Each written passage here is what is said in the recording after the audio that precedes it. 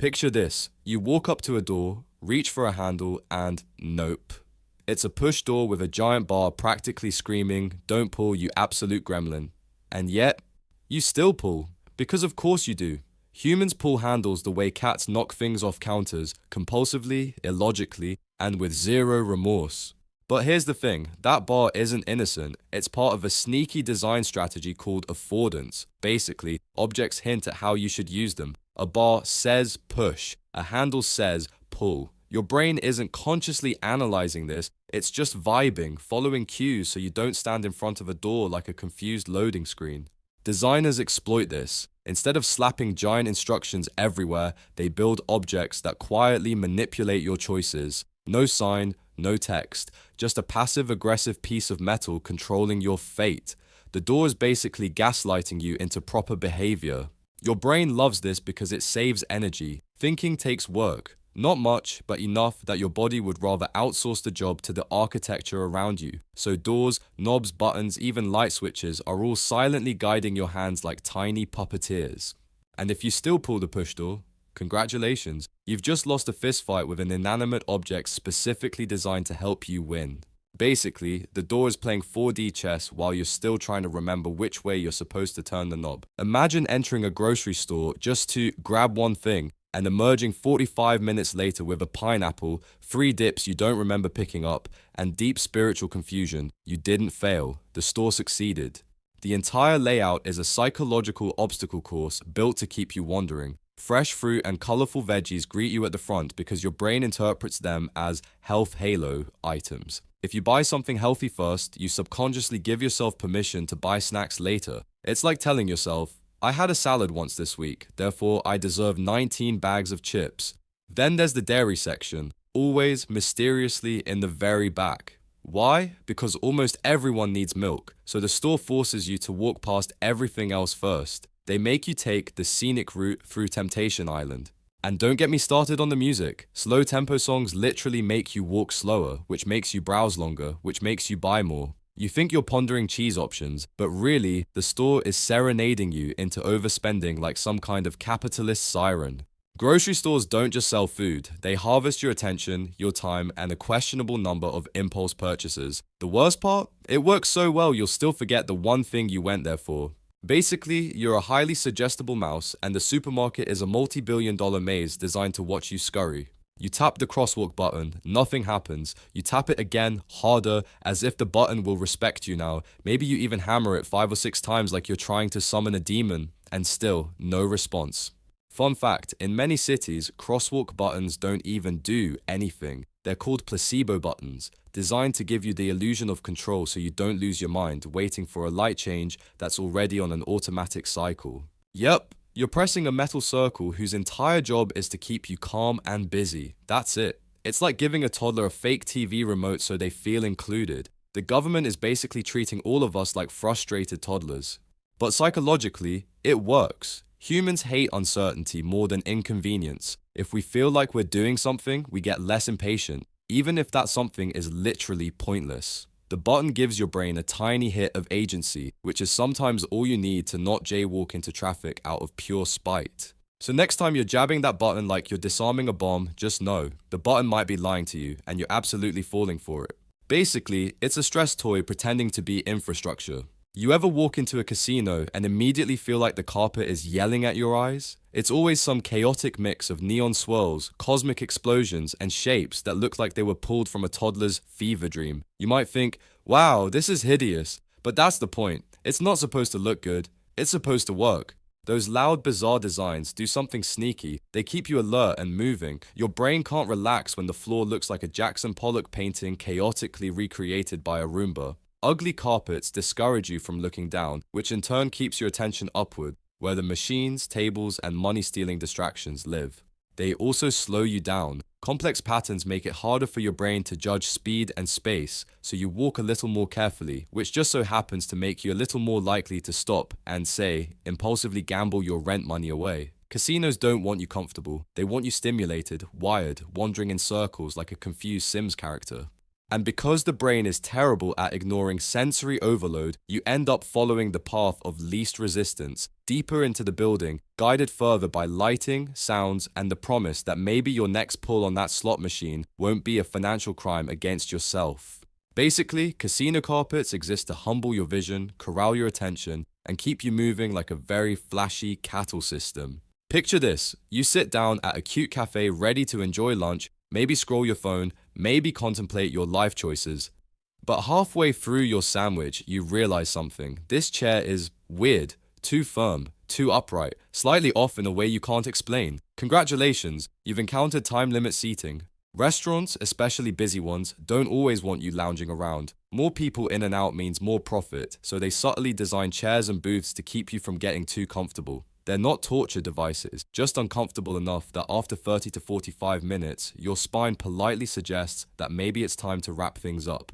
Hard seats encourage quick eating, high stools make lingering feel awkward, low-backed booths take away that cozy stay forever vibe. And don't underestimate the emotional manipulation of lighting, warm soft lights, stay and spend, harsh overhead LEDs, pay your bill, and flee. Your brain interprets comfort as permission. The more comfy the seat, the longer you stay, the more you order, the more you bond emotionally with your food. The less comfy, your subconscious checks the clock and suddenly you're like, why do I feel like I'm trespassing?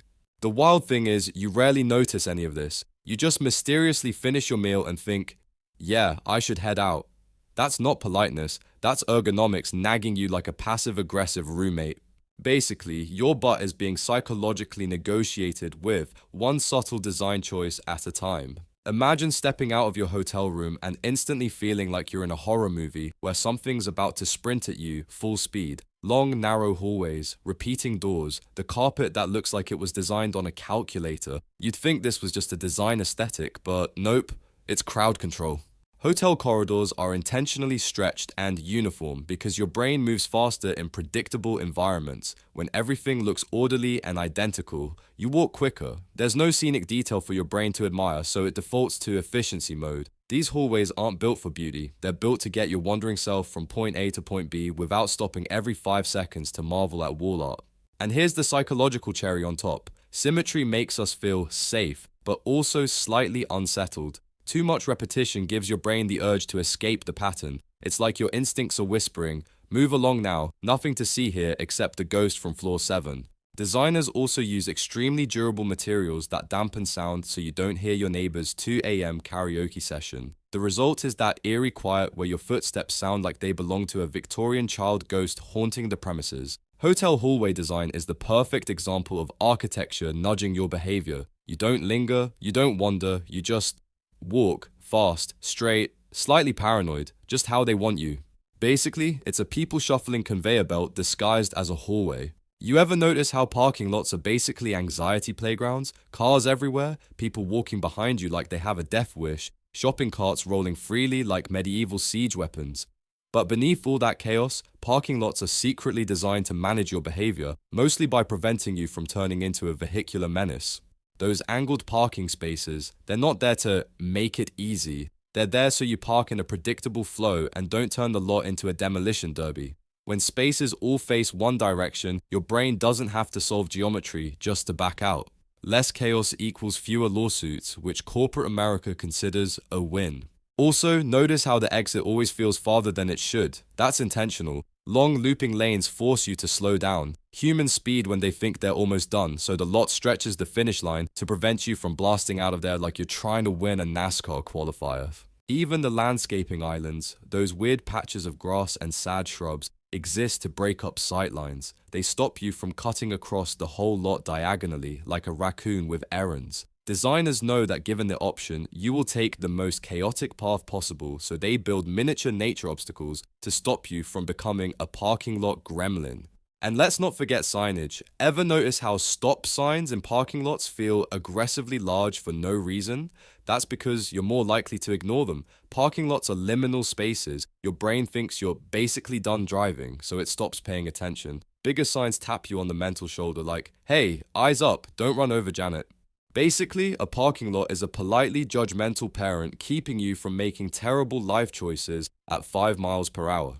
Imagine your phone buzzes, you immediately check it, not because you want to, but because your brain reacts like someone just rang the world's tiniest doorbell.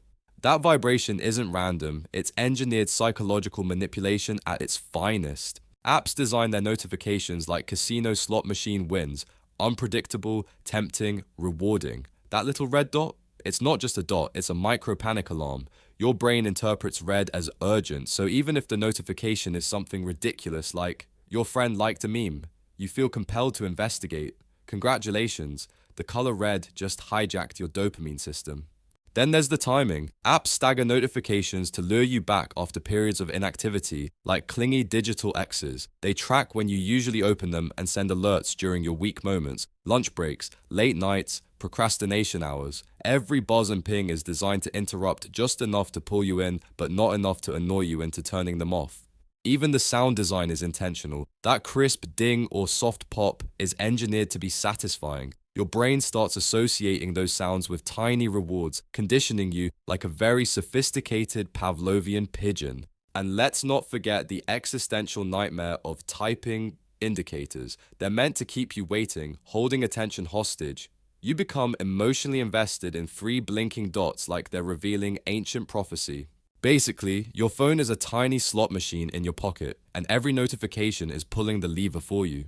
Walking into an IKEA is like agreeing to start in your own psychological experiment. You go in for one item, and suddenly you're pushing a cart full of plants, rugs, a lamp shaped like a mushroom, and a stuffed shark you convinced yourself you needed for vibes. That isn't an accident. IKEA stores are intentionally designed as one-way labyrinths. You're funneled through pre-planned paths so your brain hits every single display, demo room, and impulse buy trigger point. The layout forces you to look, linger, imagine, and eventually fold like a cheap folding chair and buy something you didn't know existed 5 minutes ago.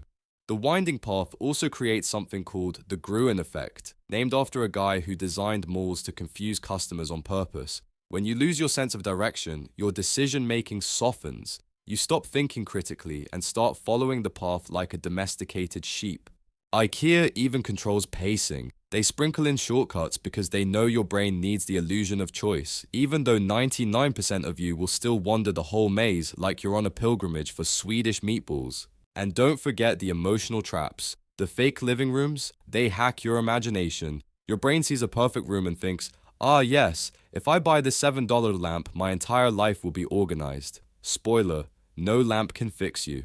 Basically, IKEA is a cheerful yellow-blue cult that lures you in with furniture and leaves you contemplating the meaning of capitalism somewhere between lighting and storage solutions. You ever walk down a sidewalk and realize you've been following its path without thinking, like your legs are on autopilot and your brain is just along for the ride? That's not laziness, that's design doing its sneaky little job. Sidewalks are engineered to guide you, not just give you a place to walk. Curbs, textures, widths, even colors subtly pull your attention and dictate your direction. When a sidewalk widens, your brain interprets it as safe, open, keep going. When it narrows, you slow down or drift back to the center, like a Roomba avoiding furniture.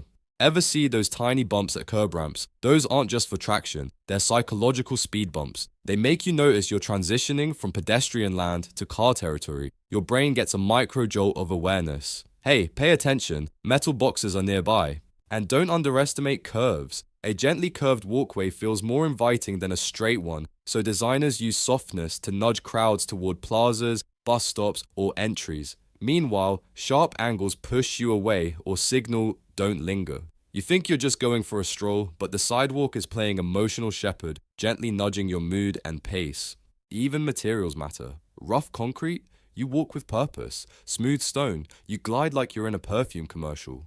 Brick paths tap into nostalgia and make you slow down because your brain treats them like historic zones. You literally behave differently depending on what's under your feet.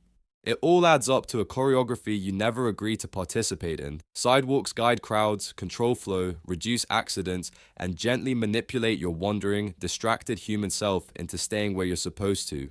Basically, it's a mind control conveyor belt disguised as public infrastructure. That's all for today. I'll be making similar videos in the future. Subscribe to see them.